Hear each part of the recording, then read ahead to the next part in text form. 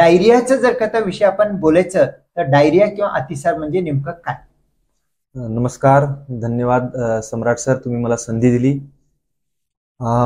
खूप pertinent topic आहे, खूपच कॉमन टॉपिक आहे डायरिया. डायरिया म्हणणं जास्त सोपं पडते रादर दॅन त्याचं मराठी रूपांतरण. मराठीमध्ये आपण त्याला अतिसार म्हणू शकतो किंवा साध्या कॉमन भाषेमध्ये आपण त्याला म्हणतो जुलाब. सो जुलाब हा एक अतिशय कॉमन आजार आहे. फार त्याला जुना इतिहास आहे. ह्युमन सिव्हिलायझेशन पासून हा आजार होत आहे. सगळ्यात पहिले पुरावे ग्रीक टेक्स्टमध्ये त्याचे पुरावे आहेत आणि हिप्पोक्रेट्सच्या रायटिंगमध्ये पण त्यांनी भरपूर वेळा जुलाबाचा उल्लेख केलेला आहे. वास्तविकता डायरिया ही टर्म जी आहे ती ग्रीक शब्दांपासून आली. डायरियाचा शब्दच्छेद किंवा विग्रह असा होईल डायरिया. डाय म्हणजे थ्रू आणि रिया म्हणजे फ्लो. सो कुठूनही म्हणजे जे आपल्या ल्युमेन्स असतात आतड्यामधल्या, ज्याला आपण आतडे म्हणू शकतो, या आतड्यांपासूनच water discharge, excessive water discharge, त्याला पाणी जास्त प्रमाणात जाणे, संडास वाटे, त्याला डायरिया म्हटल्या जाते. सो डायरिया जो आहे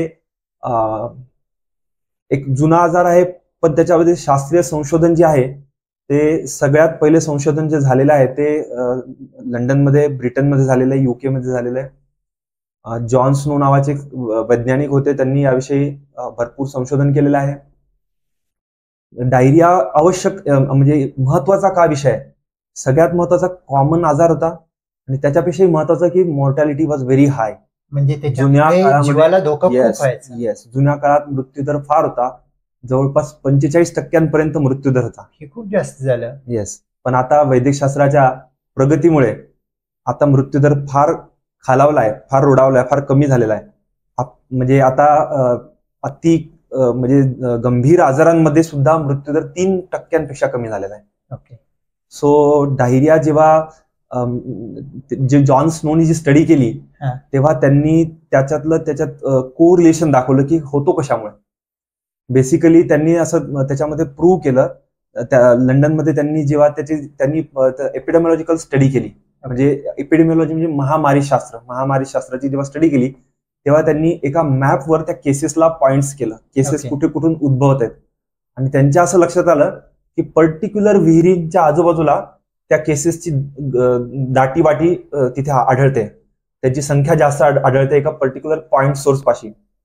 सो त्यांनी पॉइंट सोर्स आउटब्रेक त्याला म्हटलं, आणि त्याच्यामध्ये त्यांना असं लक्षात आलं की तिथे जी आहे मल निस्सारणाची जी रचना होती ती बरोबर नव्हती. म्हणजे सिवेज ट्रीटमेंट, सिवेज डिस्पोजल जे होतं ते बरोबर नव्हतं.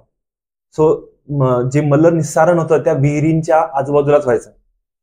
तेव्हा त्यांच्या असं लक्षात आलं की ह्या इन्फेक्टेड लोकांच्या मलनिस्सरणामुळे तिथलं पाणी जे आहे ते विहिरीचं पाणी दूषित होतंय, आणि त्या दूषित ते पाणी जे लोक पितात, त्या एरियातले लोक तिथले जे पितात ते त्यांना परत अतिसाराचा प्रादुर्भाव होत आहे. सो अशा प्रकारे आपल्याला कळलं की डायरिया जो आहे हा होतो कशामुळे. ओके, म्हणजे पहिलं होतो कशामुळे हे सुद्धा माहिती नव्हतं. येस, तेव्हा लक्षात, बहुतेक मला असं वाटतं जुन्या काळात प्रत्येक गोष्टीला सुपर नॅचरल वेनी एक्सप्लेन करण्याची पद्धत होती की काही झाले तर देवाचा प्रकोप. त्यामुळे वैज्ञानिक दृष्ट्या माणसाला माहित नव्हतं की होतो कशामुळे. सो जॉन स्नो एक प्रामुख्याने स्टडी, जी भरपूर पुढच्या प्रत्येक स्टडीमध्ये तिचा उल्लेख आलेला आहे, अशी स्टडी म्हणजे ज्याला म्हणतो व्हेरी वेल सायटेड स्टडी आहे.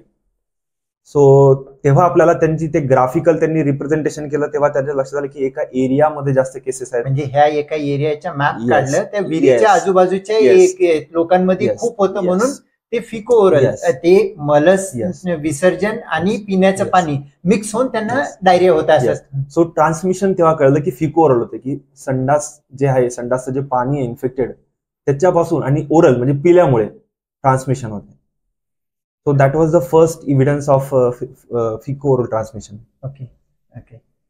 आणि नेमकं डायरिया म्हणजे हे अतिसार जो म्हणतो, नेमकं आपल्याला बोलायचं झालं तर कशाला आपण म्हणणार? सो डायरियाची जी डेफिनेशन आहे, बाय डेफिनेशन ऑफ डायरिया, आपण भारतीय डेफिनेशनने आपण वैज्ञानिक जी पाश्चात्य देशांमधली डेफिनेशन जी आहे, व्याख्या जी आहे, तीच आपण तशीच्या तशी वापरत आहे. त्या डेफिनेशन नुसार एका दिवसांमधून 3 पेक्षा जास्त वेळा शौचाला जाणे किंवा 200 ml पेक्षा जास्त स्टूल कंटेंट म्हणजे शौचाचं जे व्हॉल्यूम आहे ते 200 ml पेक्षा जास्त असलं पाहिजे. सो ही डेफिनेशन पाश्चात्य जगताने आपल्याला दिली आहे.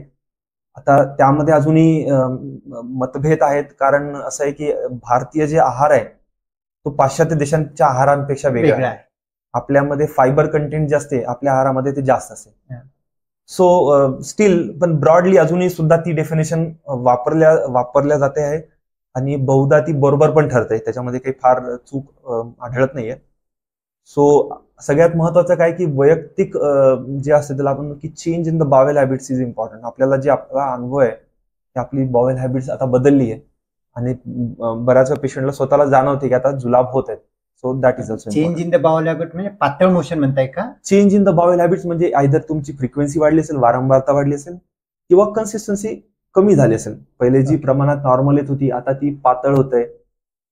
म्हणजे मोशन पातळ होणे किंवा दिवसात 3 वेळेपेक्षा जास्त वेळ जाणे मोशनला, ह्या एक गोष्टीला आपण एक ठोकळ भाषेमध्ये डायरिया किंवा अतिसार किंवा लूज मोशन म्हणू शकतो. बरोबर.